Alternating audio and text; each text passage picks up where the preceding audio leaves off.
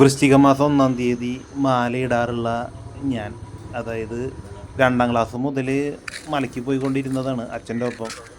അതിനൊരു ചെറിയ മുടക്കം വന്നു. അത് ഒരു നിയോഗം, അത്രയേ ഉള്ളൂ. സത്യം പറഞ്ഞു കഴിഞ്ഞാൽ പിന്നെ സ്വാമി വിചാരിച്ചിട്ടുണ്ടാവും, തൽക്കാലം നീ ഇപ്പം അങ്ങോട്ടൊന്നും വരണ്ട, ഇവിടെ അയ്യപ്പൻകാവിലുണ്ടല്ലോ, ഇടത്തറ ഉണ്ടല്ലോ, നീ അവിടെ വന്ന് പ്രാർത്ഥിച്ചാൽ മതി എന്നുള്ളൊരു നിയോഗം ഉണ്ടായിരിക്കാം. എന്ത് തന്നെയാണെങ്കിലും മണ്ഡലമകല മാസകാലത്ത് കിട്ടുന്നൊരു പോസിറ്റീവ് എനർജി അത് വല്ലാത്തൊരു അനുഭൂതി തന്നെയാണ്. എൻ്റെ മുന്നോട്ടുള്ള യാത്രയ്ക്ക് ഒരു പോസിറ്റീവ് എനർജി കിട്ടാൻ വേണ്ടിയിട്ട് ഇങ്ങനത്തുള്ള യാത്രകളിൽ പോകുമ്പോൾ നിങ്ങൾക്ക് വേണ്ടി ഞാൻ ചെറിയ ചെറിയ വീഡിയോകൾ നിങ്ങൾക്ക് സമർപ്പിക്കാം. നിങ്ങളുടെ സപ്പോർട്ടും സഹകരണം ഉണ്ടാവണം. അപ്പം എല്ലാവർക്കും നല്ലത് ആശംസിക്കുന്നു. സ്വാമി ശരണം.